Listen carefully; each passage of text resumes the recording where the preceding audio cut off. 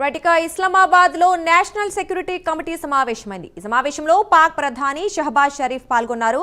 Operation Sindoor కు ప్రతిదాడి ఉంటుందని షహబాజ్ షరీఫ్ అన్నారు. కాసేపట్లో ప్రజల్ని ఉద్దేశించి పాక్ ప్రధాని ప్రసంగించనున్నారు. రైట్ ఇక ఇదే విషయం గురించి మరింత సమాచారం మా ఇన్పుట్ ఎడిటర్ రాజేందర్ అందిస్తారు.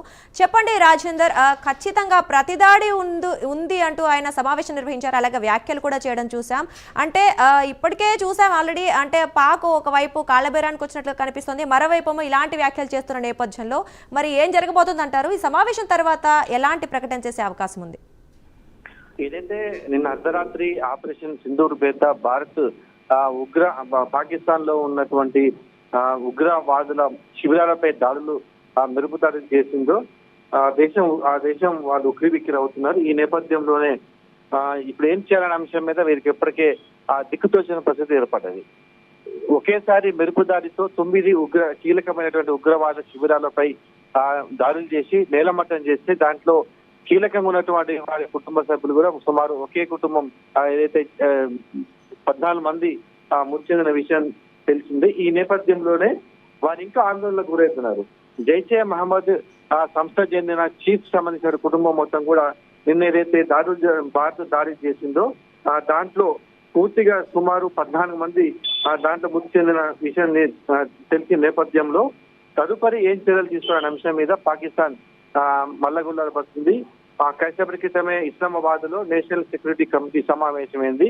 దీంట్లో ఆ దేశ ప్రధాని షహబాజ్ షరీఫ్ తో పాటు ఆర్మీ అధికారులు కూడా రక్షణ రంగానికి చెందిన అధికారులు కూడా ఈ సమావేశంలో పాల్గొన్నారు. దీంట్లో ప్రధానంగా నెక్స్ట్ ఏం చేయాలి, భారత్ మెరుపుదాడి చేసిన తర్వాత జరిగిన నష్టాన్ని చర్చించుకుంటూనే నెక్స్ట్ మన పాకిస్తాన్ ఏం చేయాలనే అంశం మీద వాళ్ళు చర్చించడం మనకు తెలుస్తుంది.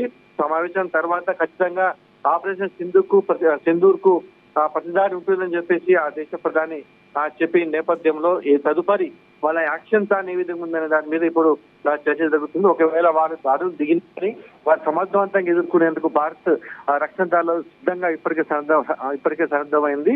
మరోవైపు ఏదైతే భారతదేశ ఉగ్రవాదుల స్థావరాలపై దాడి చేసిన తర్వాత ఇవాళ జాతీయ భద్రతా వ్యవహార సభ్యుడు సలహాదారుడు అజిత్ దోవల్ ప్రధానమంత్రి నరేంద్ర మోడీతో ఇవాళ ఉదయం సమావేశమయ్యారు.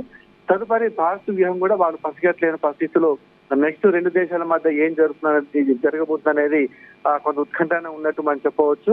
ఖచ్చితంగా పాక్ కూడా దీనికి ప్రతిదాడి చేయవచ్చు. దానికి సమర్థవంతంగా వాళ్ళకి తగిన బుద్ధి చెప్పేందుకు భారత సైన్యం కూడా ఇప్పుడు సిద్ధంగా ఉన్నది. మరోవైపు ఉగ్రవాదుల ఉగ్రముఖల శిబిరాలపైన దాడులు చేసి తప్ప ఆ దేశ ఆర్మీ గాని పౌరులు గాని ఎలాంటి నష్టం కలగకుండా భారత్ ఉగ్రవాదుల శిబిర టార్గెట్ గా దాడులు చేసిన నేపథ్యంలో వారి శిబిరాలు నేలమట్టం చేసిన నేపథ్యంలో ప్రపంచ దేశాల మద్దతు కూడా భారత్ లభిస్తుంది. ఈ నేపథ్యంలో పాకిస్తాన్ ఎలాంటి నిర్ణయం తీసుకోబోతుంది అనేది కూడా ఆసక్తికరంగా మారినట్టు మనం చెప్పవచ్చు.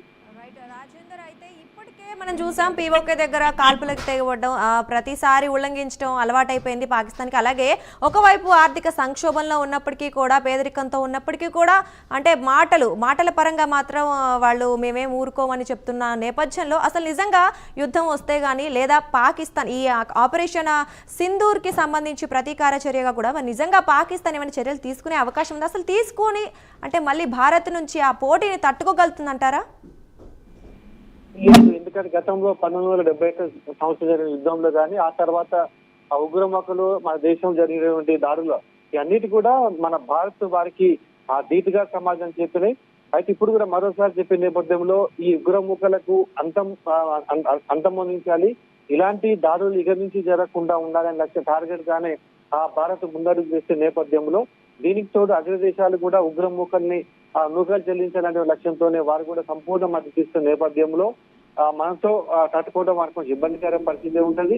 మరోవైపు చూస్తే ఆయుధ సంపత్తి పరంగా కూడా వారికంటే మనం చాలా రేట్లు ఎక్కువ నేపథ్యంలో మనం చాలా రక్షణ పరంగా చాలా ఆధునిక సాంకేతిక పరిజ్ఞానంతో పాటు అంటే మనం వాడేటువంటి వాహనాలు కానీ ఆయుధాలు కానీ లేటెస్ట్ మోడల్ సాంకేతిక పరంగా ఎంతో ముందున్న నేపథ్యంలో వారికంటే మనం ఆయుధ సంపత్తి పరంలో చాలా ముందున్నాం.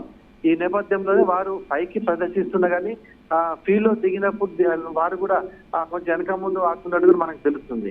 ఎందుకంటే ఉగ్రవాదులకు వారు ప్రోత్సహిస్తారని చెప్పేసి ఇప్పటికే అన్ని దేశాలు కూడా పసిగెట్టింది. మన భారతదేశం కూడా ప్రపంచ దేశాలకు వారు ఏ విధంగా వారు వెన్నంటి ఉన్నారనేటువంటి మొత్తం ఆధారాలతో సహా వారికి వివరించిన నేపథ్యంలో ప్రపంచ దేశాల మద్దతు